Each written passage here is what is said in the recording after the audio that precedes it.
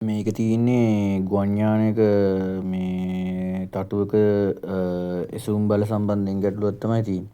සාමාන්‍ය මේ ගුවන් යානයේ එසවුම් බලවලට මේ බලපාන බල දෙකක් ගැන එයා කියලා තියෙන මේ.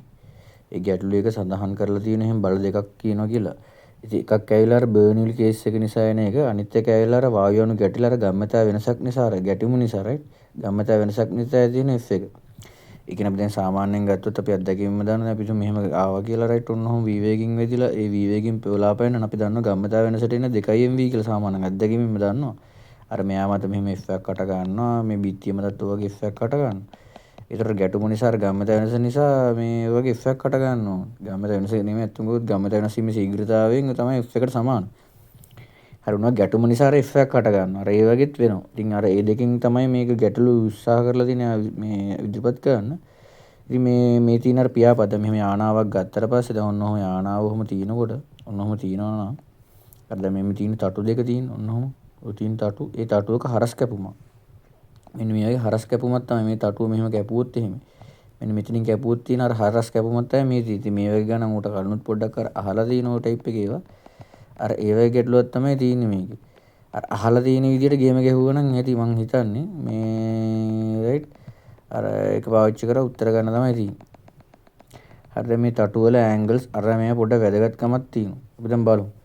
පොළොට සාපේක්ෂව වායුන් සියල්ලම නිසලව පවතිනවා කියලා කියන්නේ වායුන කියන්නේ හෙල්ලෙන්නේ නැහැ. ඉතින් එතකොට ඒ කියන්නේ අර ෆ්ලේන් එක V වලින් යනවා නම් එන ෆ්ලේන් එකට සාපේක්ෂව ෆ්ලේන් එක මේ පැත්තට V වලින් යනවා නම් ෆ්ලේන් එකට සාපේක්ෂව නම් අර තටුවට ඇවිල්ලා වදින්නේ අර වායු අණු වල වේගය V කියලා ගන්න කියන වක්‍රව කියන්නේ එහෙනම්. වක්‍රව කියන්නේ තටුවට සාපේක්ෂව අර වායු අණු වල වේගය මේ V කියලා කියන්නේ අනිත් පැත්තට. ඉතින් මේ කියලා තියෙන ගුවන් යානයේ වේගය V කියලා ගන්න කියලා දීලා තියෙනවා. එක් අණුවක ස්කන්ධ වෙන දීලා තියෙන ලෝඩ් කරගන්න ආදල වශයෙන් තියාගන්න එක් වායු අණුවකට තටුවමග සිදු කරන පරිපූර්ණ ප්‍රත්‍යස්ත සංඝට්ටනය. කියන්නේ වදින වේගෙම විසිකෙන්න ඕනේ. දැන් මෙතන තියෙන මේ වගේ චිත්‍රයක් මේ පළවෙනි රූපේ පෙන්눔 කරලා තියෙනවා. ඒ කියන්නේ ආ V වලින් වැදිලා ආ විසිකෙන්නෙත් V වලින්ම කියලා කියන්නේ. ඒතුණ නිකන් දල වශයෙන් ගත්තොත් දැන් මෙහෙම තියෙනවා නම් මෙන්න මේ තටුව. හරිද? ඔන්න ඔහම තටුව තියෙනවා නම් අන්නේ තටුවට ඇවිල්ලා වදිනවා කියලා කියන්නේ මේ V වලින්. ඔන්නෝම වැදිලා ඒ V වලින්ම විසිකෙනවා කියලා කියන්නේ. ඒතකොට අර වදින කෝණෙම විසිකලා යන එක තමයි මේ ගාන කියන්නේ වක්‍ර. මේක තීට නම් මෙතනත් තීට කියලා දීලා අර නොම ගවන්න වගේ පොඩ්ඩක් උත්සාහ කරමු. අර අනිත් පැත්තෙන් කොහොමද හදන්නේ? එතකොට අපි දැන් දන්නවා ගම්මිතා වෙනස එකම වේගනේ තියෙන්නේ. ඒතර මෙහෙම V වලින් යන්නේ. ඒතකොට අපිට කෙටි ක්‍රම වලටත් උත්තර ගැනීම හැකියාව තියෙනවා. ඉතින් මේක දැන් අපිට ඕන ගැත්ත හැකියි නම් මේක වදින්නේ කොහොමද කියලා. ඒ කියන්නේ මේ පැත්තට බෙදෙන කරොත් එන්නේ V cos θ. right මේ පැත්තට බෙදෙන කරොත් එන්නේ V sin θ. මේ වැඩිපුර කරුණු මේ කියන්නේ. මේ අනෙක් කෙනාටත් අපි මේ පැත්තට බෙදෙන කරොත් මොකද වෙන්න ඕනේ? V cos θ. මේ පැත්තට V cos θ sorry. මේක පැටලලා ගිහලා තියෙනවා. ඒකෙදි වෙන්න ඕනේ V cos θ ම නෙමෙයි මේ විභේදනය කරලා පස්සේ මෙතන පැටලලා තියෙනවා. ලියදී symbols වැරදි. මෙහෙම විභේදනය කරාන් පස්සේ මෙයාට වදින්න ඕනේ V cos θ. මෙයාට වදින්න ඕනේ V sin θ. ඊට පස්සේ මේ විසිකලා යන එක්කෙනාට අදාළ වෙනවා. විසිකලා යන එක්කෙනාට අදාළ මේ පැත්තට විභේදනයට આવොත් එන්න ඕනේ V cos θ. මේ පැත්තට V sin θ. එතකොට අර මේ පැත්තට ගම්මිතා වෙනසක් ඇති වෙන්නේ නැහැ. ඒකම වේගෙනේ තියෙන්නේ. මේ ඒ පැත්තට ගම්මිතා වෙනසක් ඇති වෙන්නේ නැහැ. තට්ටු ඇවිල්ලා අණු වෙදිලා යනකොට. ගම්මිතා වෙනස ඇවිල්ලා තියෙන්නේ එහෙනම් මේ තට්ටුවට ලම්බක ඩිරෙක්ෂන් එක. මෙන්න මේ ඩිරෙක්ෂන් එක දිගේ තමයි ගේම් එක ඇදිලා තියෙන්නේ. එහෙනම් ඒ පැත්තට ගම්මිතා වෙනස දැම්මම වැඩි හරි. දැන් මේක කියන්නේ මේ තටුවේ පහළ ලක්ෂයට ලම්බක දිශාව උස්මේ. පහළ මේ පෘෂ්ඨයට ලම්බක මේ පෘෂ්ඨයට ලම්බක. ඒක තමයි මේ ඇඳලා තියෙන ඔන්නෝම කඩිරින් වගේ ඔන්නෝම. කියන්නේ මෙන්න මේ රූපේ සටහන හරියට මෙන්න මේ රේඛාව. හරි ඒක තමයි මම ඔය ඇඳලා තියෙන්නේ. අන්න ඒ ලම්බක දිශාව ඔස්සේ වායු ගම්මිතා වෙනස. අපි ඇත්තටම දන්නවා ඉතින් මේක කියලාම තියෙන ඉතින්. ඒ පැත්තෙන් හිතන්න කියලා පොඩ්ඩක්. ඉතින් අපි හොයලත් ගත්තා ඉතින් ඒ පැත්තට විතර මේ ගම්මිතා වෙනස තියෙන්නේ කියලා. අපි දැන් දන්නවා ඉතින් රයිට් ගම්මිතා වෙනස කියන්නේ ඉතින් ෆයිනල් එක්කෙනාගෙන් අඩු වෙන්න ඕනි ඉනිෂියල් එක්කෙනා. හරි ඒක තමයි ගම්මිතා වෙනස. හරිද ෆයිනල් එක්කෙනාගේ වෙක්ටර් එක තිබිලා තියෙන්නේ මෙන්න මේ පැත්තට එන්න ඕනි මේ v එක තියෙන මේ පැත්තට mv sin θ. ඒක අඩු කිරීම මේ වදිනකොට වදින්නේ මේ පැත්තටනේ. ඒතර ඒ පැත්තට තියෙනවා mv sin θ. mv ගුණිතයට තමයි අපි කියන්නේ ගම්මිතාව කියලා. ඒත් ගම්මිතා වෙනස තමයි ෆයිනල් එක්කෙනාගේ ඉනිෂියල් එක කරනකොට මම මේ දිශා මාරු කරනවා. දිශා මාරු කරනකොට හරි දැන් mv sin θ තිබ්බා මේ ඩිරෙක්ෂන් එකට මම මේ දිශා මේ ඍණ එක මම ධන කරනකොට අර අරගේ ඩිරෙක්ෂන් එකත් මාරු වෙනවා. ඒතර එයත් එන්නේ mv sin θ. ඒතර 2යි mv sin θ. අපි ගණන් හදලා අත්දැකීමෙන්ම දාන්න මෙහෙම v වලින් ඇදලා v වලින් ගියොත් එහෙම 2යි mv කියලා ගම්මිතා වෙනස ෆයිනල් එක්කෙනාගේ ඉනිෂියල් එක්කෙනා අඩු කරන්න තමයි තියෙන්නේ. දෛශිකනේ. අඩු කරලා ගත්තාම පස්සේ ගම්මතා වෙනසට එන්න ඕන ඕක. රයිට්. අහලා තියෙන එකකින්ද ඒකට උත්තර දෙකට 2 MV sin theta කියලා. අහලා තියෙන්නේ ඒ වගේ දෙයක් මේ. තටුවට ලම්බ කියලා කිව්වම පස්සේ ඒක ප්‍රමාණවත්. අර සමාන්තර කට්ටිය වුණා නැහැ. මම දැන් මේ වැඩිපුරත් එක්ක මේ සමාන්තර ගැනකුත් විස්තර කරලා තියෙනවා. ඒගොල්ලෝ වෙනස් වෙන්නෙත් නැහැ කියලා ඒක. ඊට පස්සේ කියලා තියෙන මොන හරි හේතුවක් නිසා තප්පර කාලයකදී ගැටෙන වායුන සංඛ්‍යාව එන්නම් රයිට් ඉහත එක ප්‍රතිඵලයේ භාවිතයෙන් අණු සංඝටන නිසා ඇති වෙන ජනිත වෙන සිරස් බලය අහන රයිට්. ඉතින් සිරස් බලය අහන අපි දැන් තට්ටුවට ලම්බගෙන අපි දැන් දාන්නේ. හරිද? ඉතින් අර මේ පැත්තට ගම්මතා වෙනසක් එන්නේ නැහැ නේ. එක්ක ගාන කියන්න ඕන චුට්ටක් මේ තටුවට සමාන්තර කට්ටිය ගම්මතා වෙනස නැත්නම් සපල ගම්මතා වෙනස ඒ වගේ ප්‍රශ්නයක් ඇහුවා නම් හරි මෙතන නිකන් ලම්බකෝ දීලා ළමෙක් කීතද මෙතනක් පැටලෙන්න පුළුවන්. ඉතින් අර සමාන තටුවම තියෙනවා නම් තටුවට මේ පැත්තට ගම්මතා වෙනසක් නැහැ. අර මේ පැත්තට වැදිලා මෙහෙම යන්නේ ඒ පැත්තට තමයි ගම. ඒතර ඒ පැත්තට F එක එන්නේ. හරිද? ද වායු අණුවක් මත ඇති කරන මේ වායු අණුවම කියන්නේ වායු අණු සෙට් එකක් ඇවිල්ලා වදිනවනේ.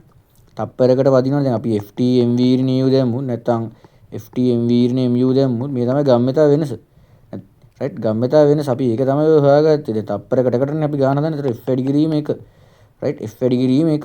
FT සමාන MV නේ මෙතන ගම්මතා වෙනස අපි ඒක හොයාගත්තා මේ MV sin theta කියලා.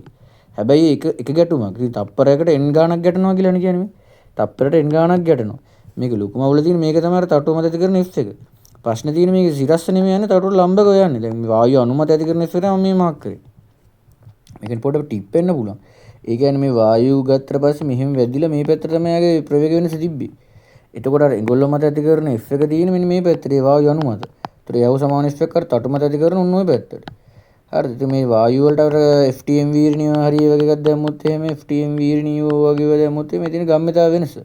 මේ තියෙන තප්පර එකකට දාලා අපි හදුමු. තප්පර එකකට දාලා ඒතර F වැඩි කිරීම එක සමාන ගම්මතා වෙනසට එන්නේ දැන් මේ එකක් ඇවිල්ලා මේ එකකට දාලා. ඉතින් ඒ වගේ තප්පරට n ගාණක් වදිනවලු. එහෙනම් මේ වගේ එකක් එන්න ඕන. හැබැයි ඒනේ තටුවට ලම්බක මේ කියලා තියෙන සිරස් බලෙන් ටිප් වෙන්න පුළුවන් පරිස්සම් විය යුතුයි.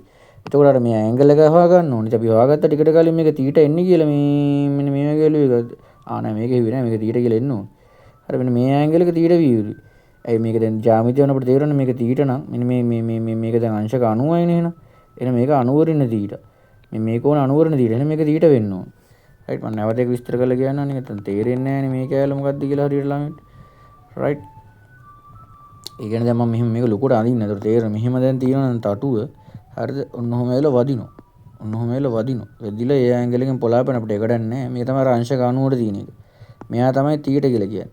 ඒතර මෙයාට එන්නේ මොකද? 90 රින තීට. දැන් මම සිරස් රේඛාවක් ඇන්දොත් මෙහිමනේ සිරස් රේඛාව තියෙන්නේ. සිරස් රේඛාව තියෙන්නේ ඔහම.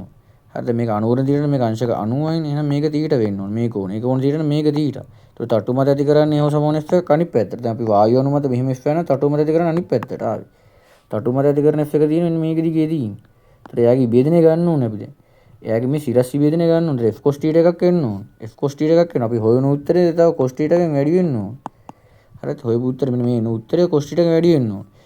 ඒතර 2 MV sin θ කියලා කියන්නේ මොකද්ද? ගම්මතා වෙනස තප්පරක දැදින වායු වෙනද F එක එනවා. ඒ ඉන තරුව ලම්බකව සිරස් සංරජක වහන cos θ එනවා. ජ්‍යාමිතියත් එක්ක චුට්ට සෙල්ලම් කරන්නත් ඕනේ. ටිප් වෙන්නත් පුළුවන්. හරිද? ටිප් වෙලා යන්නත් පුළුවන්. පරිස්සම් විය යුතුයි. ප්‍රකාශනයක් ලියන්න කියලා කියන්නේ සිරස් බලය සඳහා එහෙනම් අනිවාර්යෙන් F උක්ත කරන්න ඕන. ඉතින් ඒ වගේ දෙයක් තමයි දීලා තියෙන්නේ ඒගොල්ලෝ. ඒක බොල්ට බලලා හැන්ඩ් කරගන්න තමයි තියෙන්නේ. දැන් එයා තව මොනවද දීලා බලමු. ඉතින් අපිට ඇත්තට මේ n ගැන අදහසක් නැහැනේ. ඉතින් එයා පොඩ්ඩක් නිකන් මේ දීලා පොඩි දේවල් ටිකක් අපි එකක් බලමු. ඉතින් එයා වෙනින් දත් වලින් මේක නිරූපණය කරන්න උත්සාහ කළා තියෙනවා. මේකෙන් තටුවක් ඒ සපල හරස්කඩ වර්ග වල පිසදමුන් ලැබෙයි. කියන්නේ දැන් මේ ෆ්ලේන් එක යනකොට දැන් ෆ්ලේන් එකට යනකොට දැන් මෙන්න මේ තටුව නිසා ඔන්න ඔය වගේ වර්ගඵලයක්. ඔන්න ඔය වගේ වර්ගඵලයක් ඇවිල්ලා වදින වගේ කතන්දරයක් තමයි කියන්න උත්සාහ කරන්නේ. ඒතකොට ඔය වගේ V වලින් ඔන්න ඔහොම වදින. ඒතකොට වදින මේ තප්පරකද වදින මේ තටුව මත වදින තරල පරිමාවක තප්පරදී AV. ස්කන්ධය හැවුවනම් AV රෝ එන්න ඕන. තප්පරේ වදින ප්‍රමාණය රයිට්. තප්පරයට වදින ප්‍රමාණය AV රෝ. ඒතකොට එක අණුවක් ඇවිල්ලා M ස්කන්ධයක් නම් තියෙන්නේ. වදින අනුගානත් එන්නම් තප්පරයකට එහෙනම් M න් තමයි ඔය AV රෝට ඉක්වල් වෙන්න ඕන. ඒතර අපිට ඒ වගේ සීන් එකක් දාලා ඒක සම්බන්ධතාවයක් ගත හැකියි. හරිද? ඉතින් ඒක කියන්න උත්සාහ කරලා තියෙන ඒ වගේ දෙයක් මේ V තියෙනවා D තියෙනවා ඝනත්වයක් දීලා තියෙන. ඒතර මම AV රෝ දාන්න හොඳ නැහැ මේක. එතකොට අර මේක හරස්කඩ වර්ග බලලා ඒ නම් ඒ අර එන වේග V යනු AV රෝ. එතකොට මෙතනට එන්න ඕනේ එහෙනම් AVD තමයි ගන්න තියෙන්නේ. රෝ එනකොට D දීලා තියෙන ඉච්චර. තප්පරයකට වදින අණු වල ස්කන්ධය. හරිද? ඉතින් අපි දැන් දන්නවා මේ මම කලින් කිව්වා වගේ කවණුක ස්කන්ධය නම් අණු n ගානට තප්පර දෙනවා. එහෙනම් mn එක ඉක්කලා තියෙනවනේ කාට එන ඔය AVD ට. AVD ට. ඊට පස්සේ එයා කියනවා තප්පර එකකදී වදින අණු සංඛ්‍යාව එන්ට තමයි අපි දැන් ප්‍රකාශයක් ගන්න ඕනේ. ඒ සඳහා ප්‍රකාශයන්න ගන්න ඕනේ. එන්න සබ්ජෙක්ට් කරා නම් හරි. ඉතින් උක්තරා මේකනේ ඉන්නේ ඉතින් මේ මේක අනිත් පැත්තට දාන්නනේ ඉතින්. ඒතර එන්නේ උක්ත කරලා පෙන්නනවා නම් වැඩි හරි ඉච්චරයි. හරි ඊට පස්සේ තටු දෙක මත සංඝට්ටණය වෙන අණු නිසා ජනනය වෙන මුළු සිරස් මේ සිරස් කියන වචනේ අතිශයින් නේද? අර FCA ගහන්නේ මේ උඩට එන එසුම් බලය අහන්නේ. අර දැන් මෙහෙම තටුව ගත්තට පස්සේ ඇත්ත කතා කරලා මෙහෙම F එකේ ලම්බක. ඉතින් අර මේ එසුම් එක ගහන්නේ මේක නිකන් අර චලිත දිශාවට ප්‍රතිවිරුද්ධ වගේ තමයි අනිත් සංරචක බලපාන්නේ. අර S1 උදව් කරනවා වගේම තමයි චලිත දිශාවට චුට්ටක් ප්‍රතිවිරුද්ධ F එකකුත් තියෙන පොඩි. හරි ඉතින් සුදුසු ඇන්ගල් එකකින් මේ පවම කර හරි එක ප්‍රශ්නයක් නෑ අපිට වැඩක් නෑනේ අපිට ඕනලා තියෙන මේක උඩ දා ගන්න එක දැන්. හරිද? එතකොට අර කලින් වහගත්ත ෆෝමියුලා එක ඕක තියෙනවා. ඒ රයිට් n වෙනුවට දැන් මෙන්න මේක අපි ආදේශ කර ගන්න ඕන. අයි දීලා තියෙන දත් ඒ ආකාරයෙන්නේ. හරිද? මේ AVDT ට තියෙන අර Nokia කියන අර n අකුර නැති කර ගන්න කියලා කියන්නේ. එච්චරයි කියන්නේ. අර අපි හොපු කලින් හොපු ප්‍රකාශනයම මේ. එයාගේ මෙන්න මේ n වෙනුවට ප්ලේස් කරන්න කියලා කියන්නේ වක්‍රව මේ දත්ත පාවිච්චි කරලා. ඌව ප්ලේස් කරා නම් වැඩේ කොට එච්චරයි තියෙන්නේ. ලොකු දෙයක් නෑ. ඊළඟට නම් කරන්න තියෙන්නේ මෙන්න මෙච්චරයි. මෙන්න මේ අගයන් ටික දීලා. ඒ කියන්නේ අගයන් ටික දන්නවා කියන්නේ මෙයා දන්නවා කියන එක. ඒ වෙලාවේ 25 කියලා කියන්නේ මෙයාව දන්නවා කියන එක. D වෙලාවේ දන්නවා කියන්නේ මෙයාව දන්නවා කියන එක.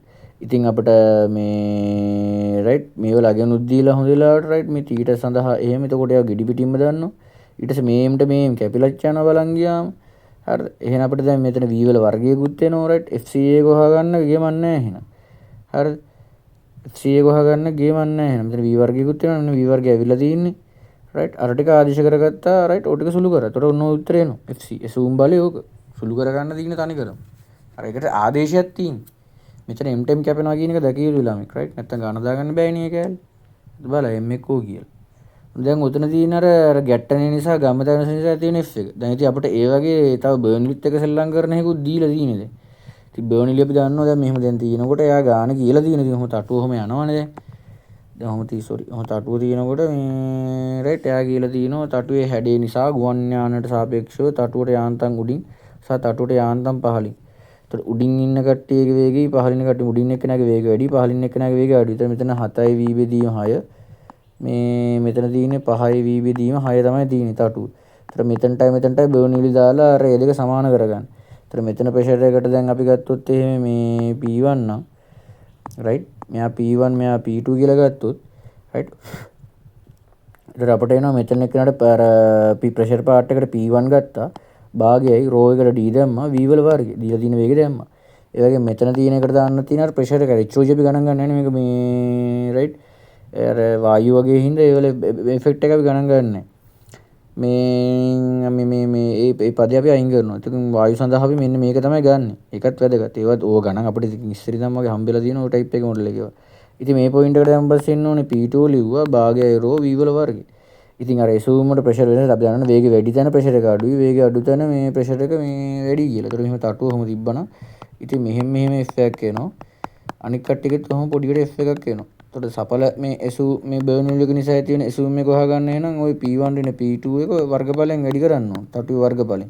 තටු දෙකක් තියෙනවා නම් දෙකෙන් වැඩි වෙන්නත් ඕන. ඔක තමයි එසුම් එක. හැබැයි යාගේ ඩිරෙක්ෂන් එක තියෙන මේ ඩිරෙක්ෂන් එකට. හැබැයි ඒ හින්දා අර සිරස් මොන හරි කියලා වචනයක් ආවොත් ඒක ඉබේදින කරලා ගන්න මේක 30ට කොහෙද තිබ්බේ. ඉතින් අපිට Nokia කියන්නේ මේකේ P2 ලෙස අන බර්න්ලි නිසා තටුව දෙපසට තියෙන පීඩන වෙනස මේ බව පෙන්වන්න කිල්ල තියෙන. ඉතින් බව පෙන්වන්න තියෙන එකත් අතිශයින් වැදගත්. එහෙම තිබ්බන් පස්සේ අපිට ලේසි අර හරිද වැරදි කියලා අල්ල ගන්න. ඉතින් ඔය ටික දාන්න. ඉතින් අර ඒ දෙන්න සමාන කරලා අර මේක උක්ත කරලා ගන්න තමයි තියෙන්නේ. සුළු කිරීමනේ තියෙන්නේ මෙතනින් එහාට. සුළු කරලා මෙන්න මේ වෙනස ගන්න තියෙන්නේ. ඉතින් මේක වර්ගඵලයෙන් වැඩි කරොත් ගොඩම තමයි. ඒතකොට එසුම් බලෙත් එනවා. මේ තියෙන එක් තටුවක දැන් සපල පුෂ්ටි වර්ගඵල දෙන මේ එක් තටුවක් කියන වචනේ වැදගත්. තටු එකකට. එහෙනම් එන වර්ගඵල හොයාගන්න අපි මොකද කරන්න ඕනේ? එහෙනම් ඕක දැන් අපි හොයාගත්තනේ දැන් මේ දෙක බෙදීම පහ තමයි ඔය 0.4යි කියලා මෙන්න මෙයාගේ ලියලා තියෙන්නේ. 0.4යි විවර කියලා කියන මේ ටර්ම් එක. ඒ ටර්ම් එක. 125 කියන්නේ මේක. ඒතර තටු එකක් මත ඇති වෙන බලය. මේ දෙක කියලා කියන්නේ මොකද්ද? තටු දෙක මත ඇති වෙන බලය. ඒතර cos 10 නයි කියලා මම දැන් කිව්වනේ මෙතන ඇන්ගල් එක 10යි. අර මෙහෙම තටුව තියෙනවා මම කෝ ඔය මෙහෙම තටුවම තියෙනවා නම් ඔය F එක මේ පැත්තට ඇවිල්ලා තියෙන්නේ. මේ ඇන්ගල් එක අංශක 10 නේ තිබේ. සිරස් එක තමයි මේ අහලා තියෙන්නේ. මේ තටු දෙක මත ඇති වෙන මුළු රයිට් සිරස් බර්න්ලි එක නිසා එන එක තමයි මේ අහලා තියෙන්නේ. ඒතකොට මේක FB නම් සෝරි මේ බර්න්ලි එක නිසා තියෙන එක නේ මේ FB ට එන්න ඕනේ. මෙන්න මේ වැලියු එකේ cos 10 එන්න ඕනේ. cos 10 එන්න ඕනේ. cos 10 එන්නේ. cos එකේ ගන්න ඕනේ. මේක මේ විභේදනය ගන්න ඕනේ. මේ විභේදනය වැඩන්නේ නැහැ. මේ සිරස් විභේදනය තමයි ගන්න ඕන. අර ඒවා ටිප් වෙන්න පුළුවන්. ළමයින්ට මේවා ටිප් වීම සම්භාවිතය ඉහළ. ඉතින් අර ඒ ටික අර ගත්ත වැලියුස් ටික දාලා ලස්සනට කොස් 10 ඉතින් 1 කියලා ගන්නත් දීලා තියෙන හින්දා ඒ පොඩ හින්ට් එකක් විතර ඒවා පේනවනේ. මේ පේනකොට පොඩක් අර ලියන්න අදිශයක්වත් අතපසු වුණොත් මේ කොස් 10කුත් දීලා මොන හරි එකක් එනවද දන්නේ නැහැ කියලා පොඩ බලන්න ඕනේ වෙලාව. ඉතින් අර සුළු කරාම ඕකේ ඉන්නේ. හරි. ඊළඟ එච්චර ලොකු වෙස්සයක් නැහැ. ගුවන් යානෙ මෙච්චර නම් ගුවන් ගත වීම සඳහා අවශ්‍ය වෙයි කියලා. අපි දැන් බල දෙකක් දාන්නවානේ මේක මත තියෙන. එකක් FB එක අනිත් එක FC එක. ඒක MG ට සමාන වෙන්න බෑනේ. එහෙනම් FB දන් FC එක තමයි මේ FB එක මේක එක සමාන වෙන්න ඕනේ මේක එකතු මෙවරලා. right. ඉතින් අන්න එයාගේ වැලියු එක MG ට සමාන කරා නම් හරි වෙන්නේ මෙයාට. ඉතින් ඒක තමයි මේ පැත්තකින් සුළු කරලා 120යි V වර්ග කියලා අරගෙන අර බරට දාලා මේ බර තමයි මේ ලියලා තියෙන්නේ. ඊට පස්සේ අර FC දන මේක දාලා ඊට පස්සේ ඒක V එක උක්ත කරලා ඉතින් වේගය 60ක් ඕනේ. එහෙනම් මේක 60ක් වෙනකම් මේක උඩ යන්නේ. 60ක් මේ වේගයක් ගන්න අපිට යන්න වෙනවා. so right ඒ ආශ්‍රිත තමයි ගැටේ ගිහිලා තියෙන ලියා ගන්න ඕනේ. හරි ළඟ බලමු.